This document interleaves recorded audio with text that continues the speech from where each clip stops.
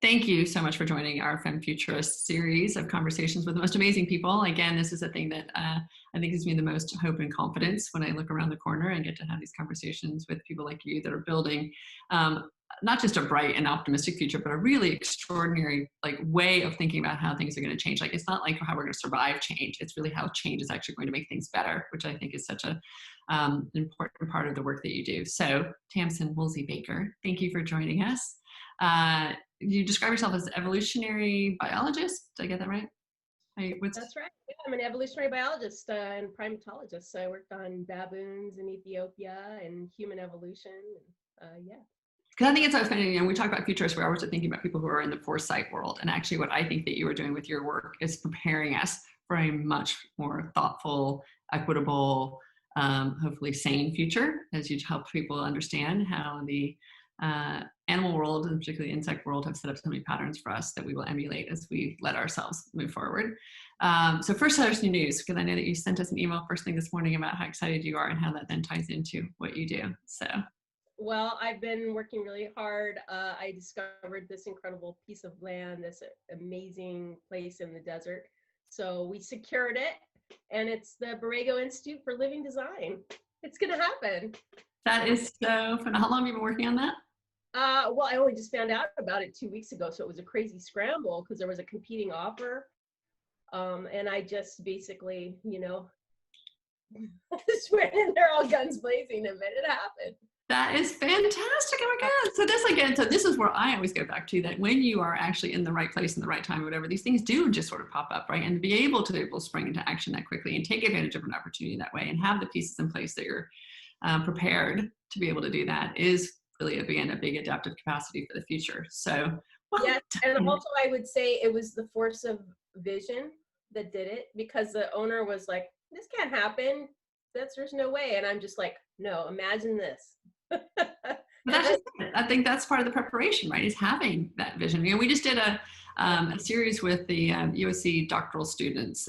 We have, and you might be joining us one of these days, at the end of their graduating program, like every, semester, my friend Annalisa invites me and some of my Femme Futurists buddies to come and give kind of a one last hurrah about what the world holds for the graduates. So we're literally in the last hour of their program before they finish this long doctoral experience. And the other day it was about smart cities. And we had these 3 women from around the world, from Johannesburg and from Brussels and from Portland, talking all about this idea of what does it look like to have cities and, building them with more humanity, et cetera, et cetera. But almost every single one of them talked about the importance of imagination and envisioning and really being able to make it tangible, what this could look like and how it could feel. And so that you are actually building something that feels more like you're getting at what you're building toward, I guess is what I'm. Yeah, I feel like there's basically 3 big leverage points on this.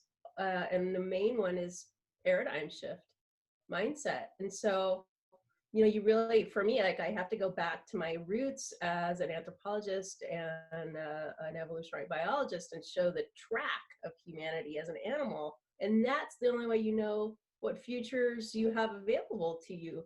And then you can really step into it, because we have this notion of humans, this plague, and it really, for millions of years, we have had a role. We have a role. We just have to claim it again.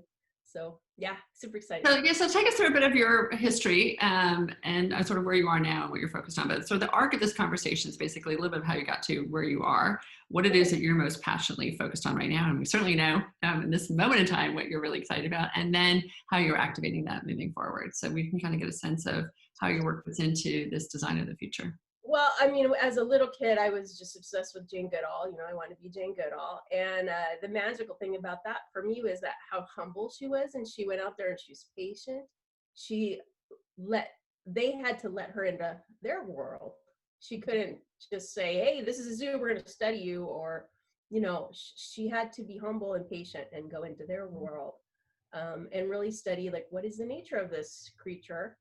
And that just really struck me as a kid, of what is the nature of humanity? What are we? And that dialectic. So that's what I want to do. And so I ended up, studying baboons in Ethiopia. And this particular place was a hybrid zone where two very different species were coming together with very different social systems. And so it's a hybrid zone of novelty, and this is where innovation comes from. So I was able to study what conditions cause transformation to occur in a quick way. Oh, interesting. Because you could really see that one social structure made transformation very fast, and the other was very slow. Oh, fascinating. That's so cool. Yes, and so I started really thinking about what are these models that we can use for rapid transformation, innovation, and resilience and all these other things that these natural systems have. So that got me, really thinking about that. And then after studying all these primates, I really wanted to apply it. Like I want to look at the future, not the past, Yeah. So so I had a long track with this, and so since then I've been working with executive leaders, and I do a lot of organizational design. I started looking at really we have more in common with insects, with social insects like ants and honeybees in our social structure. So we have this ape basis of our, we're very ape-like. We are apes, but we also have this unusual social structure. So, yeah, that's true. Right. Yeah, and people are not aware of that very much, and even in anthropology, they think of us as fancy apes, and we're more than that. There's been a transformation in the way that we work together. So can I just say, this is a really weird, naive, dumb question, but if you really zoomed down and looked at the ape population as much as you could look at the concentrated, bee or ant population, do you see those same patterns with primates? Because so this particular baboon that was transforming more quickly had a very collaborative, very tight-knit, very much like our social system with families and tribes, and much like that. And you could see it's faster. And then if you also were to blow that program out, you would see something like ants or honeybees. Okay, that's what I was trying to figure out. Yeah. Where that shared purpose is so tight that they really do take on different roles. Some are not breeders. They just say, yeah, we don't need to reproduce. It's just the queen is going to do that work. And we see that in humans too, like grandmothers and, plenty of people are not having children for whatever reasons, and they're still contributing to our society. And we don't think that way because we're locked into that Darwinian paradigm of, success and fitness. But we're at the colony level, so it's different for humans. Okay, got it. All right, so you went through this exploration. Yeah. You got excited about what's possible and been doing all this with corporate leaders. And so then I started really thinking about what are those patterns of like that we see in ants and honeybees and people, and how could we double down on that to make transformation quickly?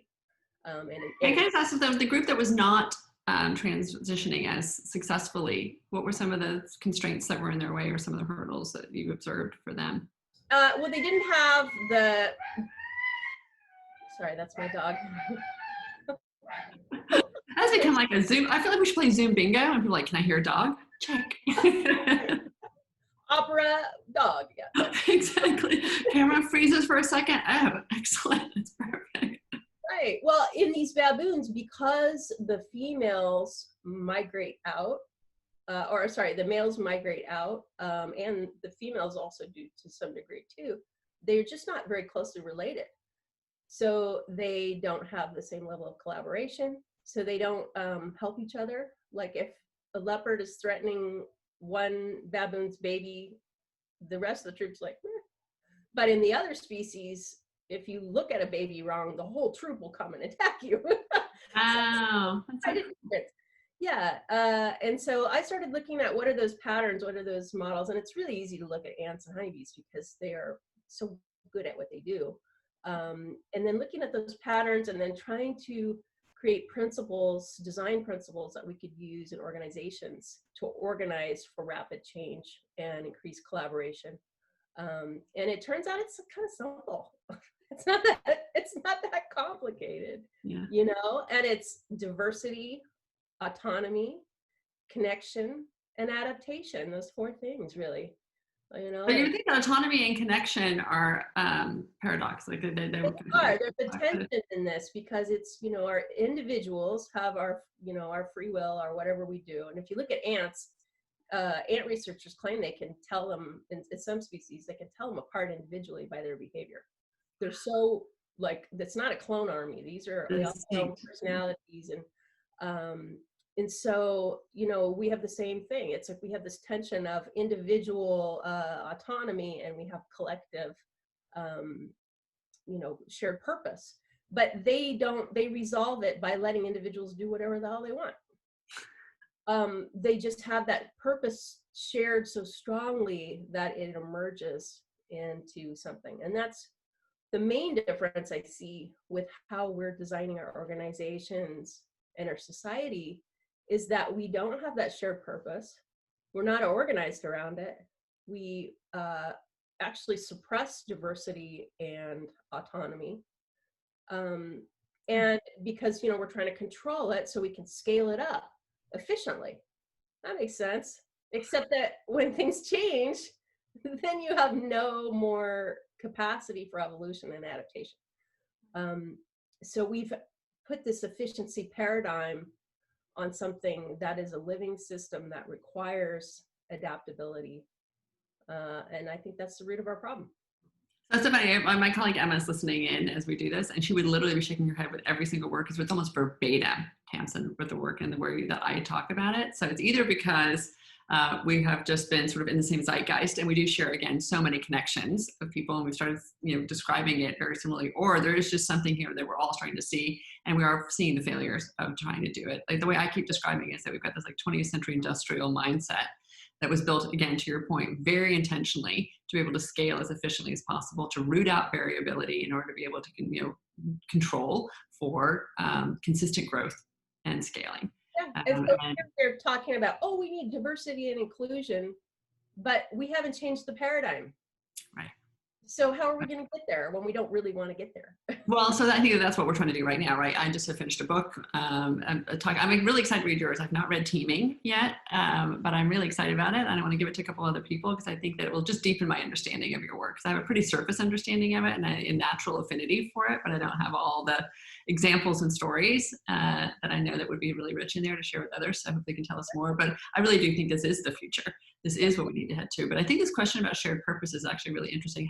What is a shared purpose in an ant colony or in a beehive? Survival or well, for them, their shared purpose is reproductive fitness. It's so if like there's soldiers in some species whose trap jaws are so big they can't feed themselves, but other ants feed them because they need them collectively. Like it takes a village, literally. But their purpose is the same: get that queen to reproduce and get the diversity that they need. And then the survival of the species that's born, I would imagine, right? Not just the birthing, but the survival of the hive or tribe. So survival of the entire colony depends on the queen reproducing. So how do you? Sorry, go ahead. Well, I'm just curious, so how do you apply that? Oh, there we go, frozen camera. We just want another bingo slot. Are you there? I'm back. You are? I was just teasing. Someone else has got another mark on their bingo board. Yeah, a frozen screen. Exactly. I'm like, we really should produce one of these, Emma. I think that'd be actually really funny because at this point it would make it a little bit more interesting when we do this. But anyway, my point was, sorry, I think that you may have been speaking when I was trying to say this, but if that is the shared purpose inside a colony or a hive, how does that apply when you start looking at this across human structures? Whether, because I would argue if you put that reproduction model on a corporation, or it would be about the fact that we want to have continuous growth. Right, just continuous growth, but that's not a really strong survival strategy. So how do you help folks reframe? Right. Well, so I mean, one thing I would say is that these purposes are nested and linked. I mean, like all living systems are. So your purpose is also in the future. They're also trying to create conditions where their future offspring can thrive. So they also have to be contributing to the health of the larger system. You know, the bees are pollinating the flowers, Right. which is, you know, providing those opportunities for the future. And then in humans, you know, we're ecosystem engineers. In fact, we're meta ecosystem engineers. We don't just engineer our environment, we engineer by manipulating keystone species that manipulate their environment. So it's meta. Um, Yeah. but so you can think more like elephants, how they you know, are pushing over trees and creating savanna grasslands, and that's, you know, our human ancestors were given more opportunity to spread, and so part of this shared purpose is creating the conditions for future, not just thriving but opportunity. So there's really this, I think of it as this multi-level exchange reciprocity, where you have to feed the larger system to pave the way for your future success. So that's what I would say to a corporation. So do we think that that's where the biggest blind spot is? That is really understanding their role in the bigger system? Or well, I think of three main things. I mean, one is this efficiency paradigm. And so until we understand, like, oh no, wait, this is a complex living system.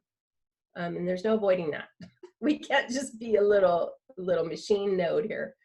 So that it worked really well for a while. I mean, I think that they did really stay on. So the question is, the conditions have changed that don't make that work anymore. That's right. When systems are less connected, which, let's say in the 50s, we weren't very well connected.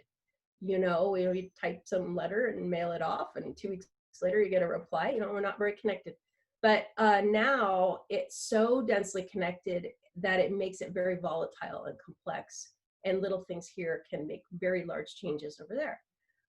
So we've designed our own doom. but then again, it's such a simple switch, really. And this, I mean, I think of this as a weird blip in humanity. But I would also think that this is a process that's gone on for millennia, for millions of years, of individuals wanting to dominate and own things and force efficiency for their own gain, where with collective suppression of dominance. And that's actually really interesting to me, the difference with the bonobos and the chimpanzees. Right. And you know, getting to the Femme Futurists, it's these, you know, the males still want to dominate the society, but any two females will get together and prevent it. Yeah, I think that's, and again, you know, I was reading, I forgot the book, The Dawn of something, and maybe The Dawn of Sex, I'm trying to remember what it was, but just how we have built such our societal narratives based on, I think, only on studying the chimpanzees, right? And not on really understanding the bonobos, or vice versa, I forgot which way it was. But it was like one was a very competitive and very domination society, and the other one was not. And yet somehow we've chosen to only use this as the story of what we're like as people versus the other story that we could have chosen. Well, because the bonobos are such quiet little peaceful things. Well, there you go.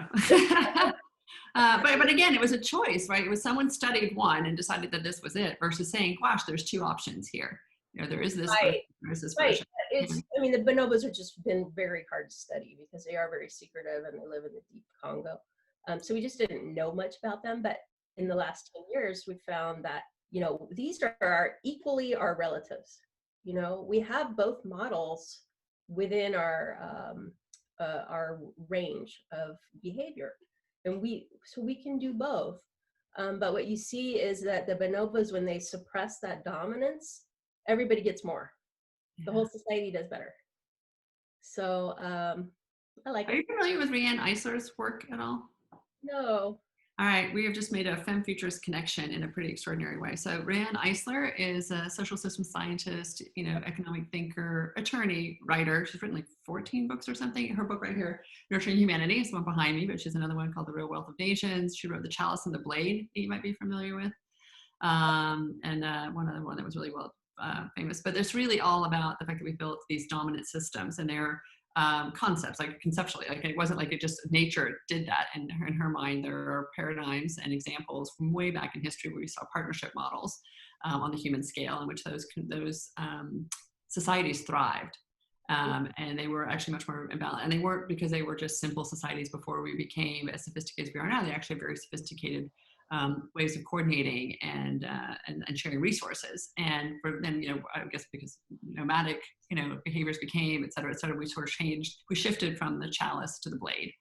And it became then all about dominance. And her whole point is about power over versus power with. And with power with, it's actually so much stronger. She has a whole dominance paradigm.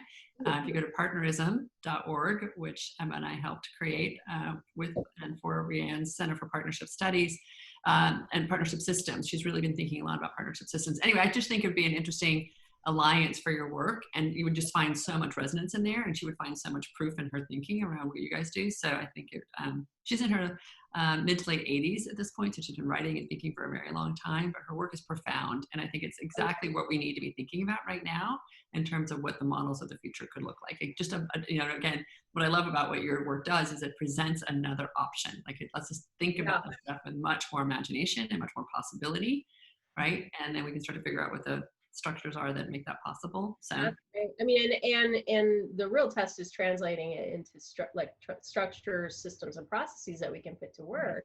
But if you think about like just a simple switch is I've made is instead of having dyadic interactions, I always add a third person. So you not only build in accountability and equity, because you got a third person with eyes on it, but you also build this kind of honeycomb network model. I mean, that's the smallest unit of a network, right? So we need to facilitate that. We can't this is kind of funny. This came to me out of online dating. I'm like, I've wasted all these years online dating with these dyadic interactions that never went anywhere. But if we'd have had a third person, suddenly I would have had a network. Like all that work would have been for something. Yeah, so I was like, oh. So like, I'm trying to picture you like scheduling that first online, well, I guess now online date, but I guess in the real world, like a real date, like a coffee cup, and you're like bringing the third person with you. Well, yeah, that's kind of weird, right? But no, I love it though. But I mean, this is exactly what we're trying to do, is really challenge those notions and challenge those assumptions about how this is supposed to get done. Because again, the part that I found so fascinating about that one evolutionary book that I read was like, these again are all just choices and constructs, right? And some communities actually, it's just organized very, very differently, right? That's right. All in a circle, and women have a front door and a back door, and the husband comes through the front door, and the lover comes through the back door, and they all just kind of work it out. And they're not monogamous in that society. That's right. And now we know that the warriors in some societies were all female. If you look at the ants, they don't send their young men out to die. They send the old grannies. I don't know if they're old, because that's funny, because ever since I read that or knew that, I'm so much more sensitive about killing an ant, because I'm always like, oh, but she tried so hard to get here. Yeah, so I love these images of the granny wars, I know, it's made me pause actually before I wiped down a few in my kitchen. I'm like, I gotta try and shoo her away so she can go find something else to do. But all right, so I think you were taking us through 3, right? So I'm trying to remember your first 2. So paradigm shift is the first one, but I would say, we know that the main leverage point for like climate change and poverty and all these really big problems we're facing is female inclusion, female education, and equity, women and girls. So that's why the bonobo revolution has kind of, been important to me, because I think that's really critical. It's really getting that collective intelligence of how can we get everyone to the table and get everyone's perspectives there so that we can do intelligent things together. And if you're only got half your population there, you got a problem. Again, so much of Rianne's work has been centered on that, and she's all about equity and inclusion and support for, like, she's been one of the key chief advocates that talks about unpaid work and the fact that that's such an economic driver in our society, but we've let it all just be kind of like thrown in there, and no one's actually really accounted for it or respected it or thought of it's important. And now, as we've seen the pandemic, that has become such a much more visible topic. So I completely am with you on that again, and the fact that we need to do. But so when you look at not so much on the corporate level, although I'm happy to talk about that too, but when you look at it more on the societal level, are you hopeful? Are you not? Like, I guess the question is, what are some of the biggest frustrations that you see that if we could just have some of this understanding, we'd be able to work through more effectively? I am the most optimistic person you've ever met. I am like nothing but hope. To me, I'm like, let's go, let's do this. This is Right. so tangible to me. I can see it so clearly. But so I'm trying to make a model of it with this Borrego Institute for Living Systems. We're going to try to Take us through what your vision is for that. right. So, well, this is a really magical, really wild place, but within it is an abandoned Kumeyaay village and a Kuya village, and so this was the boundary between them. So the Kumeyaay lived on one side of the slope, and the Kuya lived on the other, is my understanding. And they were peaceful, and so they lived there for maybe 9,000 years. So they were able, and they were nomads, we're not settlers. So they were able to make a sustainable living there. And so what I'm imagining is, and you can see their plants, all their medicinal herbs and all of this stuff that they lived on. So the idea is, can we rehumanize here? Can we restory our environment? Can we establish new relationships with the beings that we share it with? So there's there's ecology and science, but there's going to be a lot of art and creativity. It's a kind of a Buckminster Fuller-esque Black Mountain College concept, where I want it to be very urgent and self-organizing and creative, because we never get asked, what can you do? We always get asked, can you do this and how well? And then you get a grade. So there's never any opportunity to invent and create and do something that hasn't been done before, just by our very structure. So I want to break that structure, and then I want people to see that, wow, that's really powerful. Let's try that more. But then, you've got part of that. So you get your ecology and your science and your art. But also this mythic story, I think, is really important, because I want to re-enchant people. Because here we are, like in this country, most of us are migrants. Like our streams have taken us all over. We're not connected to the land mostly in the same ways that our ancestors were. Or even our ancestors, right? I mean, most of us moved from so many other places that we have these generations that go back, but we're not close to them. Right. And even most indigenous people have lost those connections as well. They've lost a lot of their culture and the ways that they knew for living there. So, you can't steal other people's stories, but we can create a new one together. So I'm thinking of this as bringing in real great mythic storytellers, Martin Shaw, and really amazing people that can help us kind of re-enchant ourselves with the land, but from our own stories. From where we came, our trails, like going back to that human trail kind of, the anthropological story that we all have our own, right? So how are we going to personally reconnect and tell those stories to our children and re-enchant them and because those are the relationships you have. That magic lies in the creatures, the stories. And it's a bit intangible. And, of course, in the company, they're going to be like, what? But I think it's the magic that we need to recreate, and there's no reason why we can't do it.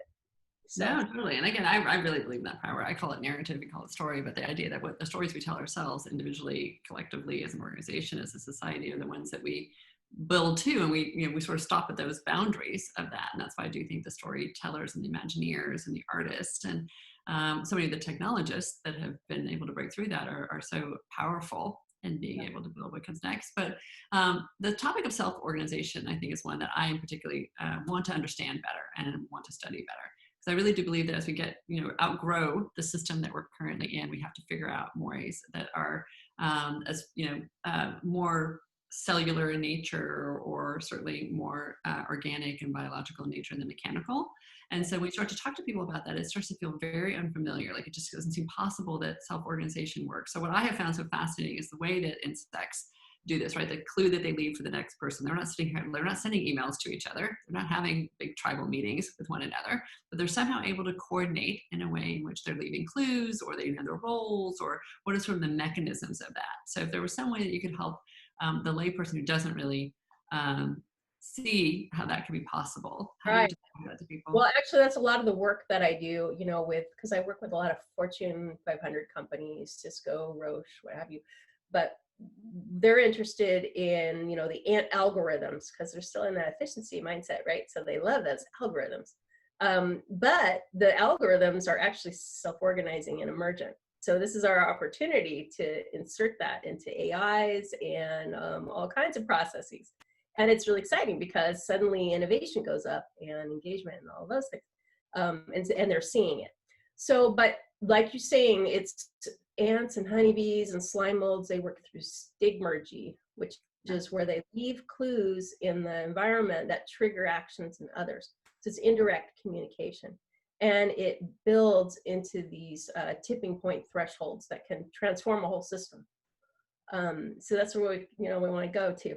So it can be as simple as, playing chess is a form of that. In gamification, it lends itself to that very easily. Oh, that's interesting. I hadn't thought about that. Yeah. Mm-hmm, mm-hmm.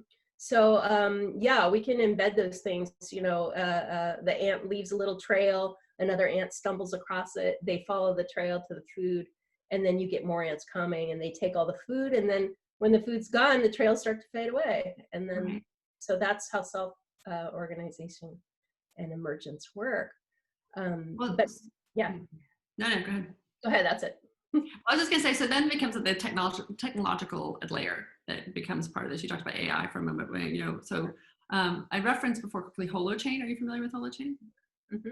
Right. So Matthew and I introduced Matthew Schutte to Arthur Brock years ago, and I'm a giant fan. Like, I do think that will be an enabler for our ability to coordinate more successfully and distribute resources more effectively as we move to the future. I mean, it just has such a different orientation. So for those who've never heard of it, is, when we describe it, it is a more human internet. It is an evolution of blockchain. It's a totally different way of being able to think about, again, how we, I call it crypto coordination, which is a term that no one has caught on with, but yeah. I like it because I feel like it's using what people think of as cryptocurrency or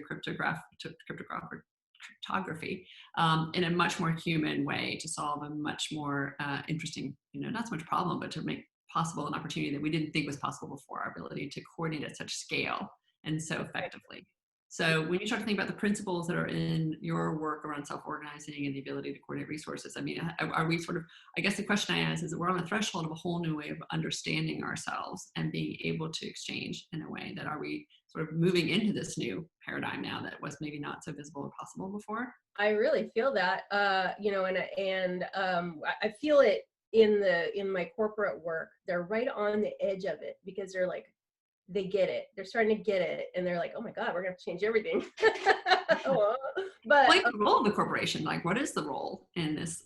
Right. So what I think is interesting is we're talking about processes and structures that we can put in, and I think the blockchain and the cryptocurrency piece, not the currency necessarily, but the infrastructure is really powerful, and I talk a lot about that in teaming with if-then rules, because you can embed with Ethereum, you can embed if-then rules, and so you can build accountability into it and spread the costs of maintaining that trust. So it's really cool. And I think that is a very biological model. But what I see is within companies, if they could have like a Quora style, this is what I promote, is individuals can have ideas, and other individuals can modify them, and they can vote them up and down, and then other individuals can self-select into them. And then they have small budgets or whatever that, amplify or decay, just like ant trails and honeybee, waggle dance tipping points. So you get a kind of a natural selection model going on projects. That's your shared purpose. So, but if you could take that one step further, you could attach, a crypto model to that, where you could, what do you need companies for anymore? You know, I because mean, then, I really do think that that's a really big question when you look on the horizon, because I built models or like told stories about what this could look like into the future. And then I'm always like, but where's the corporate role in this? Like, I'm trying to figure out like where, like, is it, you know, in this, whatever, the distribution of food, or in this thinking about how, again, we distribute whatever the resource is. I'm like, like corporations were a design entity, right? And the third, really, it rose more, I think, in the third industrial revolution as a way of being able to scale and do all these things that we said were so effective at that moment. But the way I describe it is that we're heading into a productivity revolution. It's no longer about the fourth industrial revolution. We're into a whole different way of being able to go do this. And so the centralization of these things are going to become less and less, not just important or relevant, but they're more and more dangerous. I think, you know, we're seeing the concentration to that, or the bottlenecks of that, or the control of that actually not working in our societal favor and our own longevity and thriving. So it's a really big question. You know, it's one that I don't agree with corporations very much, but I think it's a big one. Yeah, and I can see a hybrid model, you know, where, I mean, I definitely see that with Cisco, where they are kind of cultivating the soil for their customers' experiments. So they are kind of in the business of facilitating an environment, which gets you into that multi-arena levels where transformation can actually occur. So I think that the potential is there. I really like this model of the natural selection within a company, but how I put it to them is that they are like the keystone species.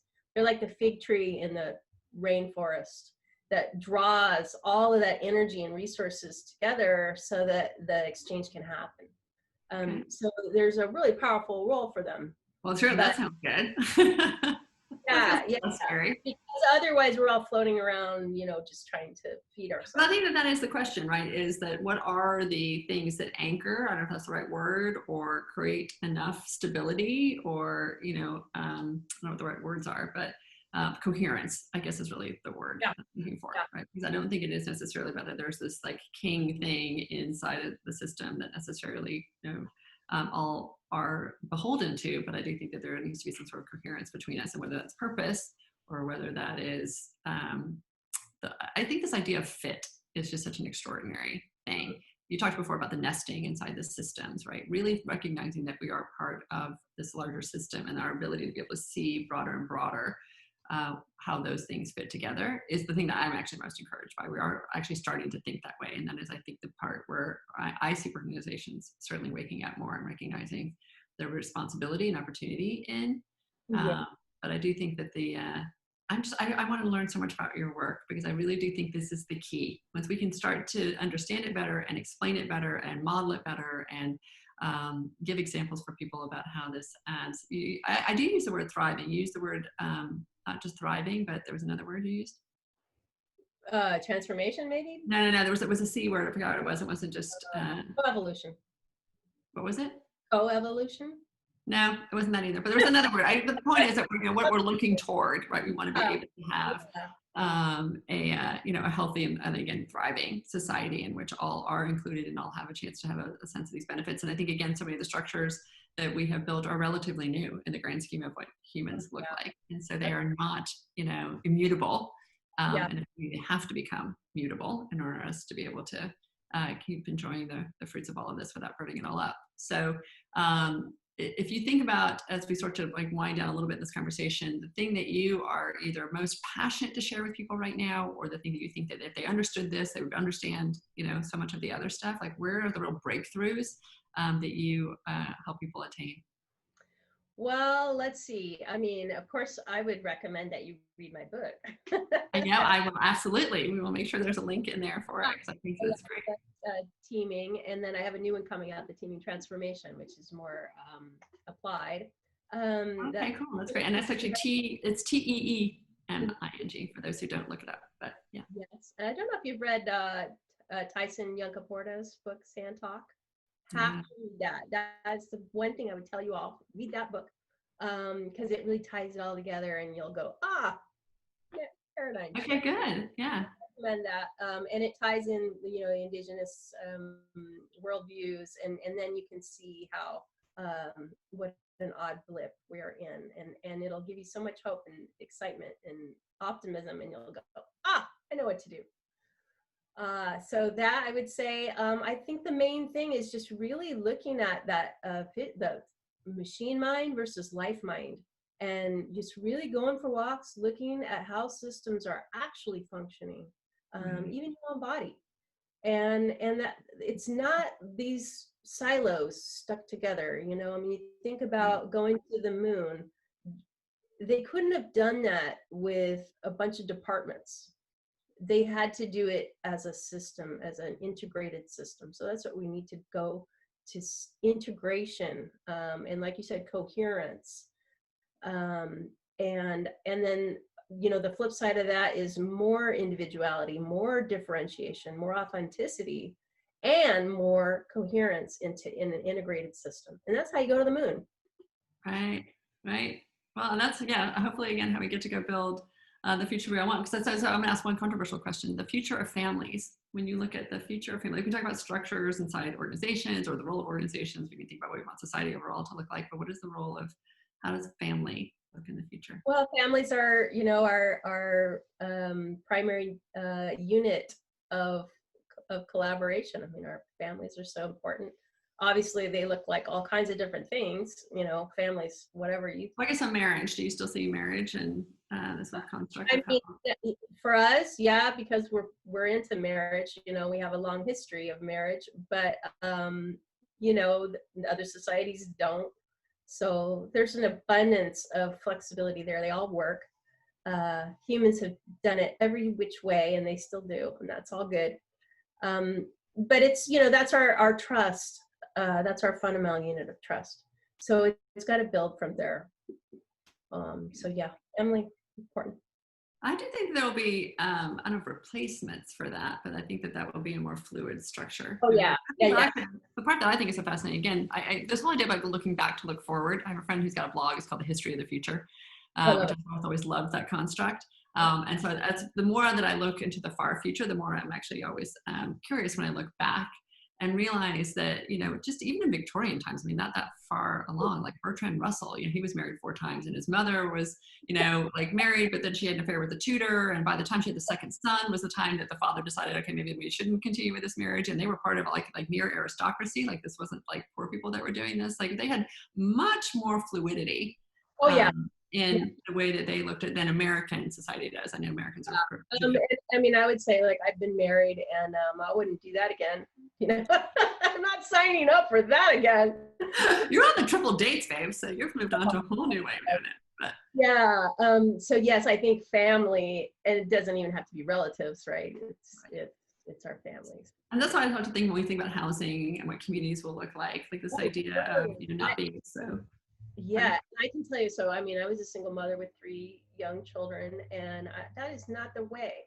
Like I can tell you, we're not meant to do that. I was a mother of 3 young children. I was separated or divorced during a big chunk of that. So yes, I hear you, sister. So it's like, you know, and now we're looking at these education pods, and I think there's going to be a radical change in what those family structures look like because of that. Yeah, and then the community, right, and how we like learn to hold each other. We're all keeping our minds because we're doing something we're not meant to do. Like, and we're all moping around going, oh, I'm kind of defective. You're supposed to be defective. You're an ant. You're part of a super organism. We need each other. Like, we're supposed to be all different and different talents and different defections. Yay. All right. So when you think about 2021, and we'll think about, you know, obviously the living systems experience that you'll be spending a lot of time coordinating, thinking about, but is you think about like how you would define a better next. How would you define a better next? Well, a better next. I'd like to see more intentional shared purpose. I'd like to see more intentional systems, structures, and processes around diversity and autonomy, and connection with trust. I love the pro-social model from the Evolutionary Institute, and that's going to be embedded in everything, because we got to have these bounded commons that we protect from parasites. You're always going to have parasites, and that's another area we didn't even talk about that. But we are not very intentional about preventing parasitism as our presidential situation can attest. So I would like to see more intentional trust and transparency and designing, a successful honey-filled, juicy future. Love it. Well, I am super excited to have gotten connected to you, Tamsin. Okay. You're a part of our tribe and our world now, and partly in the Femme Futurists stuff, but also just in some of the corporate structure work that I do and the talking to you, because I think that this is the part now of our learning that we need to get much more familiar with and understand much better and have more confidence in, and have more confidence in ourselves and being able to build. Because this is, for me, the hope forward, is that we will be able to undo some of the rigid structures that we have in the past that are no longer serving us, and have more confidence building this. And I think it's early days, since I'm trying to be more patient about as this learning weaves through. But I do think next time we talk to the doctoral students, I'm going to see if you're available to jump in, because I think this is the kind of provocative invitation to rethink things and to know that it's coming from a really solid place that makes us all feel better. So thank you for so much of your work. It is very important and influential. And someday when we get to actually get on planes and travel without carrying various parasites with us, we'd love to come see what you're building out there. And the way that we can help and support it, that we will. So thank you. I think about that adaptive cycle in ecology. It's going like this, and we've gone through this K cycle where everything's locked up and very conservative and rigid, and now we've got a disturbance that's opening up opportunity, and this is the moment. Exactly. Yay. Well, again, the other thing that I might tap you for is I think that youth don't fully understand this. This is the part where they are so anxious about what they see on the horizon. They see only either bad news from an ecological and environmental standpoint, or from a technological standpoint, or now from an economic standpoint, even their education. I think there's so much that is breaking down that it's hard to see the breakthrough in that at this moment. That's right. So we're thinking a lot about how do we did the career fair for the future, but we haven't figured out what the new model of that is, and just haven't spent a lot of time with it yet. But I still get a lot of requests. Almost every one of my talks, there's a parent who comes up to me afterwards or in the audience and really wants to figure this out. And I, as with children that are older than yours, I'm seeing it and feeling it with all their peers. And so I think this will be a really, really powerful message for them. So we can collaborate for them. Giving hope to the next generation is the biggest thing right now. It's really awful how hopeless they are, and it's misplaced. Totally, right? Misplaced. And I did want to say, I'm also the dean of the University School of Biocultural Leadership, and we have 12,000 acres of incredible old growth cloud forest where we're inviting youth to come and find that hope again. And so please look up geoversity.org. Okay. And check out our Geo year. And it starts in February. So if your kids are losing their minds, send them over. Yeah, no, I think that's really, really important. Thank you again for that work, because I think that, it doesn't matter, again, how high the stock market is or GDP is or same store sales growth is. It really does not effing matter when this is what is going on here. And we're going to be spending a lot more of our time and certainly our energy in being able to give them that, not just hope, but also just a vision. It goes back to exactly what you were talking about with stories and this idea about being able to envision what is possible. I think when they get to see the things that you and I get to see, it is really exciting. I'm just with you in that exact moment about the opening. And it's like, I always talk about, if you were standing on the front end of the Renaissance back in the day, would you have known that you were there? And I think you probably didn't know it at the moment. It took a while to get there. And I think, but now we can see a little more clearly, there is something really extraordinary that can happen. And the old system is going to push back, and it's not going to necessarily love the breakthroughs. That's where fun begins. And that's where you win the Optimism Award, sister, because I get frustrated by that. Excellent, Smithers. Let's go. I lose my hope a little bit. I will see if you're around, and you can talk me off the ledge. So awesome. Well, thank you again, Tamsin. I am, again, so grateful that we're connected officially instead of just 1 degree away. So thank you. It's been a pleasure.